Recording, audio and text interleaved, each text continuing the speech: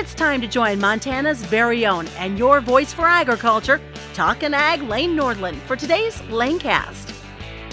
Well, hello, everyone, and welcome back to the agriculture conversation here on the LaneCast Ag Podcast. I literally just unsaddled my horse, put him in the pen with some grain. I've been checking the cows and heifers most of the day, but made it in time for my interview and conversation today with Kent Bacus, joining us from Washington, D.C., Executive Director of Government Affairs for the National Cattlemen's Beef Association.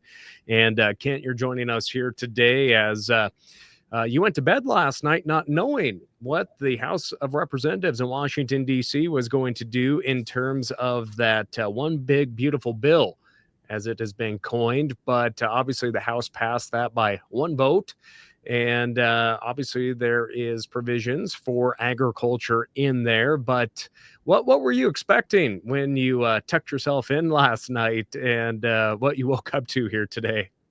Well, I think most of Washington is very tired because we haven't slept much over the last couple of weeks as this big, beautiful bill has made its way through all the various committees and then the 22-hour session through the Rules Committee just to figure out what that final package is going to look like. And then to wake up this morning as they're having the final passage vote, I would say there are a lot of people that are sleep deprived, but what else is new is you're gearing up for Memorial Day recess. But overall, we're very happy with how things turned out. It's never a pretty process when you're making sausage here in Washington, but the end result is something that's going to be beneficial for a lot of farmers and ranchers. Now, walk us through, obviously, there's a little bit of confusion in the countryside because Farm Bill is getting thrown around, funding. There's tax provisions in this as well. But explain to us exactly what a House reconciliation bill is. A lot of questions that we're getting is this the new Farm Bill? Is this an extension of the Farm Bill? Then we can maybe dive into more of the opportunities for livestock producers in the legislation. But what is the overall view? What is a reconciliation bill for our audience? So reconciliation bill is simply it's a way for Congress to go back and adjust spending levels on everything that they have oversight. So that's exactly what happened is, Congress said, look, we're going to reduce spending. We're going to reduce, the overall deficit. Here's how we're going to accomplish it. They sent instructions out to all the committees that said, look at all the programs under your jurisdiction. So the ag committees had to look at all the farming programs, had to look at everything that was there. A lot of that funding was for SNAP and for other nutrition programs. And then over the Ways and Means Committee, you had to look at all of the revenue that was coming in from the tax code. You had to look at expiring policies, what different modifications can be adjusted to help achieve those savings.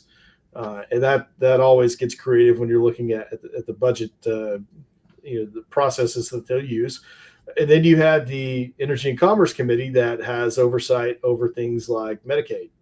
And so you have a lot of these different programs and a lot of government spending that had to be reviewed, and they're there to reconcile that difference in the budget. So that's really what this is.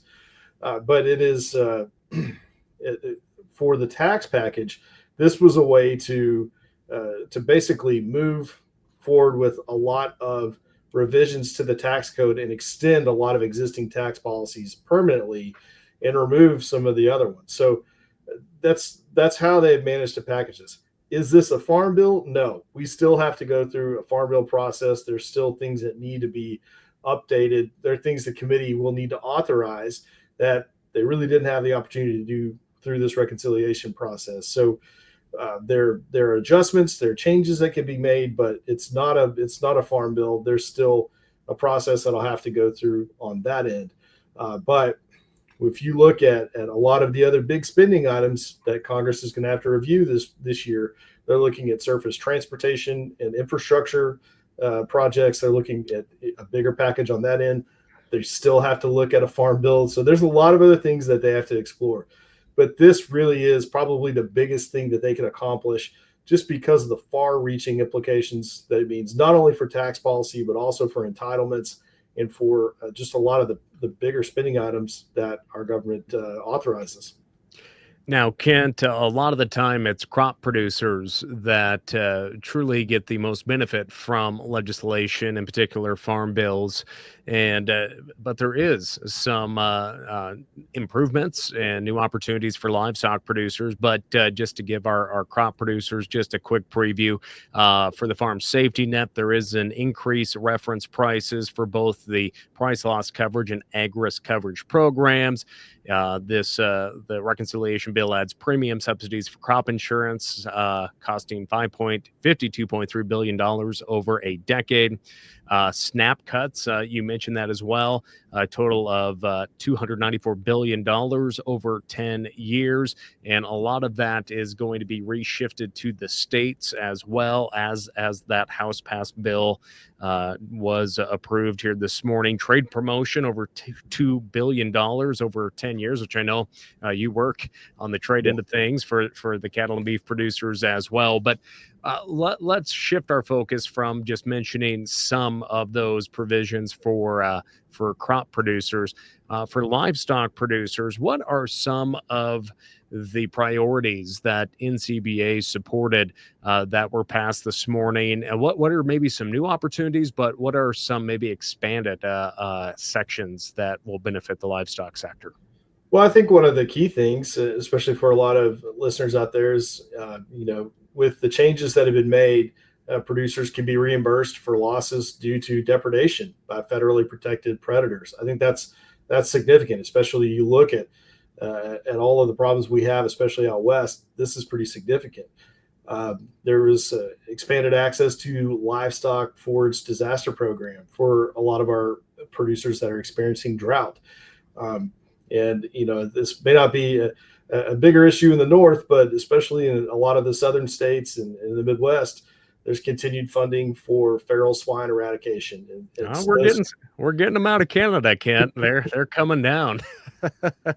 Well, we'll blame Canada on that one, but I know that there's it's a serious problem. It continues to grow, and they're really tough to manage. So having that funding there is going to be important. And one other key thing too is, we really saw a lot of support for what we call the three-legged stool for protecting the cattle industry from foreign animal disease. That includes the National Animal Disease Preparedness and Response Program, the National Animal Health Laboratory Network, and the National Animal Vaccine and Veterinary Countermeasures Bank, the vaccine bank that we've spent a lot of time really trying to bolster. I think it's important that you've got a lot of those important tools that'll be available to producers. So we consider that as some key victories. You combine that with what we're able to secure on the tax side, I think that's pretty significant. Yeah, I mean, when you look at the taxes as well, just increasing the estate and gift tax exemption amounts to 15 million or 30 million per couple, and adjust that for inflation as well. Preserving the stepped-up basis, a permanent increase to the Section 199A small business deduction from 20 to 23%, and also reinstating that 100% bonus depreciation for 5 years, among other tax provisions. Those are very important, but that does lead me into my next question. What is the progress on maybe doing a full repeal of the death tax here in the short term? Well, look, I mean, that was certainly our request, is just get rid of the whole thing. And clearly that will continue to be our priority. We'll continue to push for that. This is a really good first step. And I think the fact that the relief that was included in this tax package will be made permanent means that at least we'll know what the playing field will look like 10 years from now, and not have to worry that, well, in 4 years or 5 years it could change, or there's other things that are there. But having that permanency, it does allow for more estate planning, and I think that's a great place to start. But as long as this thing breathes, and as long as the death tax is still out there, it will be a threat to small businesses, to family farms and ranches everywhere. This is something we are going to continue to push in the Senate. The Senate Majority Leader, John Thune, has been a strong advocate for full repeal. As a matter of fact, even in his new leadership position, he held on to that piece of legislation, the full repeal of the death tax. We have more co-sponsors on that than we've ever had in the Senate before. So it's there's a very strong chance that we could even increase that. I don't want to jinx it or anything, but we're certainly going to continue to push for full repeal.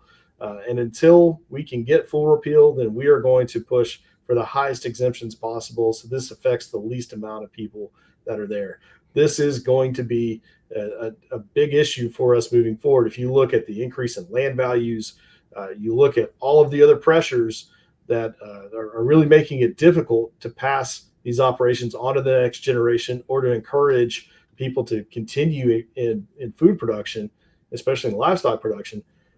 This is not something that we can continue to settle on. So we're going to continue to push, but this is a good first step. Yeah, Kent, one more question in terms of the farm bill. Will we still, if a farm bill doesn't pass by this September 2025, will we have to see another extension of the bill, or does this legislation extend last year or the 2018 farm bill for another time?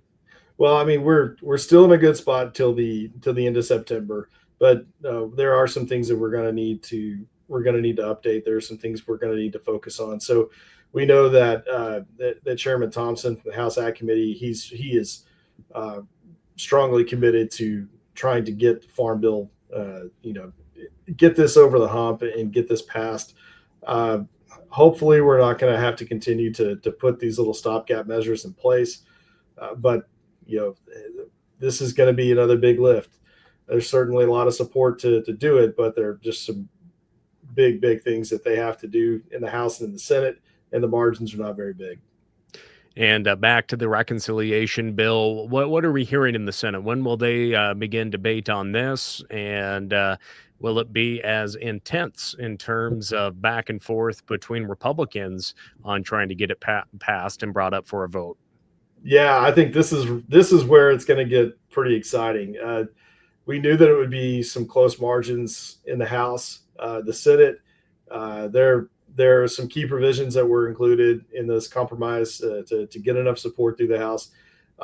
There's already been some opposition expressed, even from some Republicans. There's some changes that they want to make. I think most of it will stay the same, but with the Senate and the process that they have to go through, the negotiations are just starting.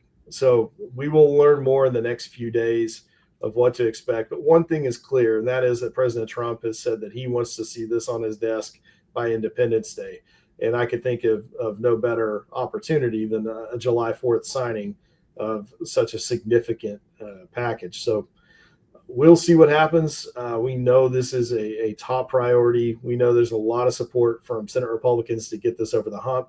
But as a former Senate staffer, I can tell you it is called the greatest deliberative body for a reason. And it does not move with the speed of the House. It's not designed to. And there are a lot of opinions. There are a lot of, I would say, votes and discussions and other ideas that will enter into the fray over the next few days. So it's going to be a big lift, but I think they can get it done. Well, again, Kent Bacus joining us here today. Just a reminder that the summer business meeting for NCBA is coming up July 7th through the 9th, 2025 in San Diego. We will be there discussing and sharing all of the news and policy priorities coming out of that event that cattlemen and women will be participating in here in just a few weeks.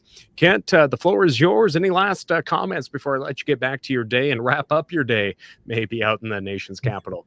Yeah, I would just encourage folks that you're going to see your elected officials over the next couple of weeks. There's going to be a lot of pressure to really focus on a lot of different issues. I think now is the time for us just to drive home the significance of getting this tax package across the line, getting this to the president, and putting this behind us. A lot of these tax policies are set to expire at the end of the year, and if we continue to put this on the back burner, then that's where it's going to sit. And the end result's not going to be pretty. there'll be a lot of people that are negatively impacted by that. So I would encourage you to just engage with your elected officials, let them know how the death tax impacts you, how these other expensing measures impact you, and let them know why they need to support this tax package. Well, again, Kent Bacus with NCBA in their DC office. Thanks for sharing a glimpse of the House legislation. We'll continue to track this on the Senate side. Thanks for joining us here today. Thank you very much. With that, friends, thanks for joining us for this tidbit on the LaneCast Ag Podcast. I'm Lane Nordlund. Catch you next time. Thank you for tuning in to the LaneCast with Talkin' Ag, Lane Nordlund. Don't forget to subscribe to the LaneCast on your Apple or Android devices.